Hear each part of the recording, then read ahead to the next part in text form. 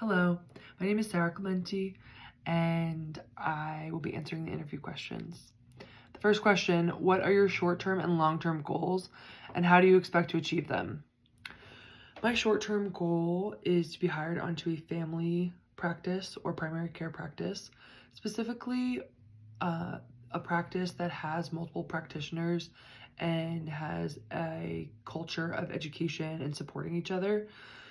I want to really establish how I practice and really, evidence-based practice and kind of really establish myself as a family nurse practitioner in the Denver area. My long-term goal is to start my own practice down the road. I want to make sure I'm very strong in my skills and also learn more of the ins and outs of opening your own practice and the business side of having a family care or primary care practice. Next question is, what motivates you? In practicum, I found myself very motivated by educating patients and empowering patients to like take care of themselves and to really share with them all the different options and really educate patients. I found myself to be really passionate about. Even as a nurse practitioner student, I really love it. And so I think that really encourages me and motivates me to learn what's out there, learn the different options, learn, how to support patients and how I can refer them to better places and how you can get them better services and all of those things. What does patient-centered care mean to you? For me, it is everything is centered around the human being, the patient, and that's primarily safety for the patient and that they are not getting hurt or really affected by the care in a negative way. And also like their experience throughout the clinic, their experience with following up on labs, their experience with the clinic or the practitioner as a whole. How do you interact with families and patients? I tend to be very friendly, and I, as I said before, I really like to educate patients and families, especially when I'm working with pediatric patients. I really like educating the parents or grandparents, giving them resources to aid them in their wellness, and yeah. Tell me about your greatest achievement and greatest disappointment.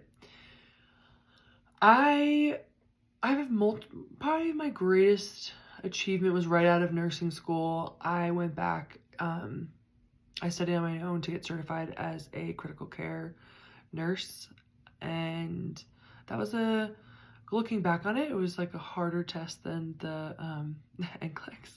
So I was really proud of that. And then going off and traveling to multiple states and hopping into, I think, over 15 hospitals throughout the years. Very proud of those, being able, all those skills. And then disappointment, I had to think, I think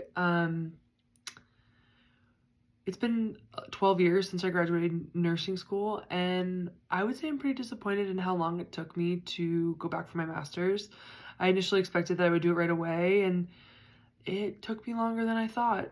And on the upside, I think it gave me a lot of time at the bedside, a lot of exposure. I've seen a lot of things as far as trauma patients, neurosurge, cardiac. Like, I've really been exposed to a lot.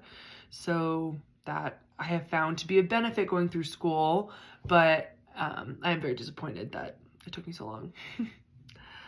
Tell me about the best and worst bosses you've ever had.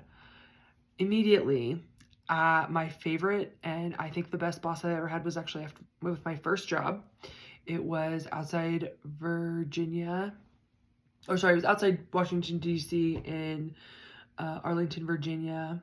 This small community hospital, Virginia Hospital Center. They had a 28-bed ICU, and Moira Haney was our manager.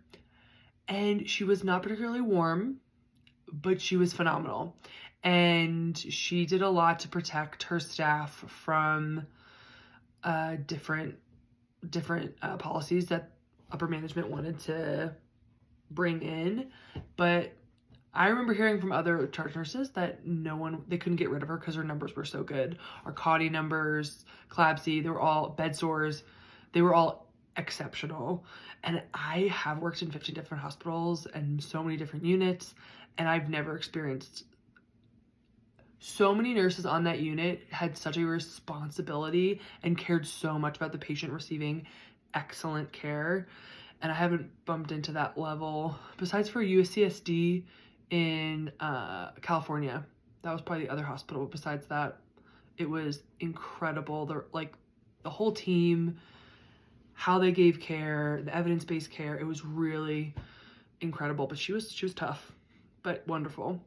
And then I was thinking about worst bosses I've ever had.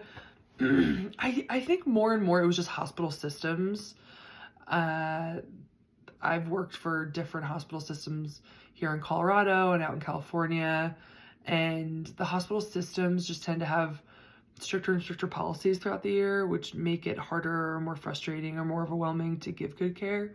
So more and more it might not have been the manager, it was just they were kind of middlemen and there wasn't a whole lot they could do. So maybe not as much. I had a terrible manager, but like working for really tough systems. How do you handle stress? Well, throughout the 12 years in ICU, I think I've learned to prioritize when I'm stressed. What is my first thing I have to do? What do I need to get done first? And it's usually safety.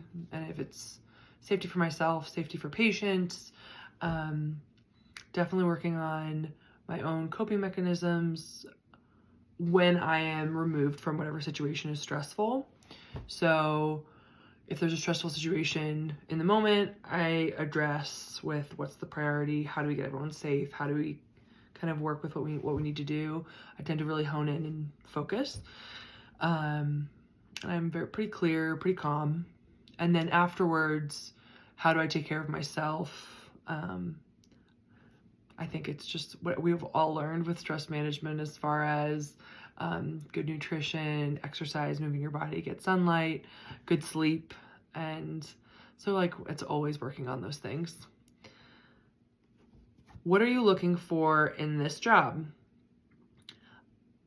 I am really focused on an environment that supports questions and supports education amongst practitioners. When I was a new grad, I worked in the unit that I mentioned, Virginia Hospital Center, and they had so many nurses on the night shift that had over 30 years experience. It was incredible. And even if I knew the answer, I would go to 5 different nurses, and not all the time because you can't pester people, but it was night shift and people were bored and there were different clusters. So I would just walk around and talk to nurses and be like, hey, I've got this patient and like, what do you think I should do about X?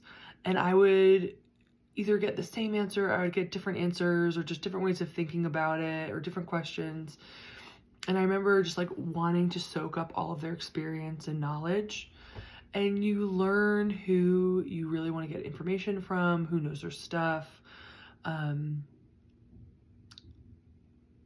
so, excuse me, I'm looking for a job that has really strong practitioners who I can work alongside of, and without being a nuisance, just having that support and being able to ask people for help. And I've seen it in practices that I've already worked in, multiple, 2 of them in particular. Bella had, they called it the dugout, and there were 7 practitioners, and they would always be asking each other questions, being like, hey, how do you treat this kid with asthma? Like, I was gonna do this, and just like double checking themselves. And I think the patients get better care, and you just get, you get people adding things on, being like, yeah, I would do that, but I'd also get an x-ray. And so I really like that. And also my pediatric clinical, there were always at least 2 doctors and 3 nurse practitioners in this pediatric office. They were always talking to each other, always asking each other questions. Even the ones who had years and years and years of experience. So that is what I'm looking for. I'm looking for a place where I can practice what I've learned, but also learn and really be, supported in becoming a nurse practitioner. What constructive criticism have you received from employers? From the first job I worked at, I remember they talked to me about time management and encouraging me as a new nurse to, I couldn't stay late all the time charting. And it is a skill that you are constantly learning, especially when you learn new skills. I'm sure as a family nurse practitioner, I'm gonna have to relearn how in this role do I incorporate time management. But I was able to do it as a nurse, and I was very effective with my time handling multiple critical patients, or if I was on the floor, a whole patient load, and being able to get out on time.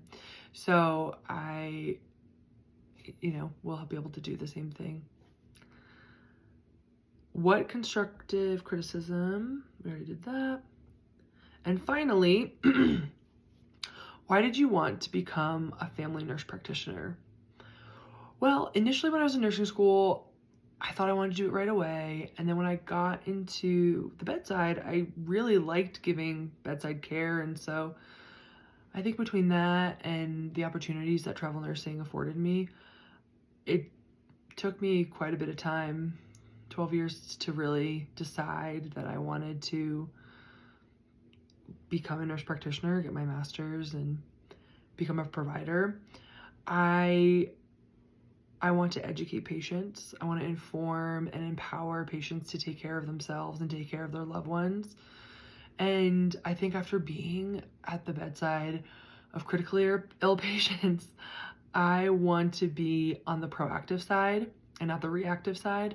So educating the heart patients before they are in the ICU, and helping patients and interacting more with patients in a non-critical moment, and kind of getting away from the hospital and the stressors that can come with that.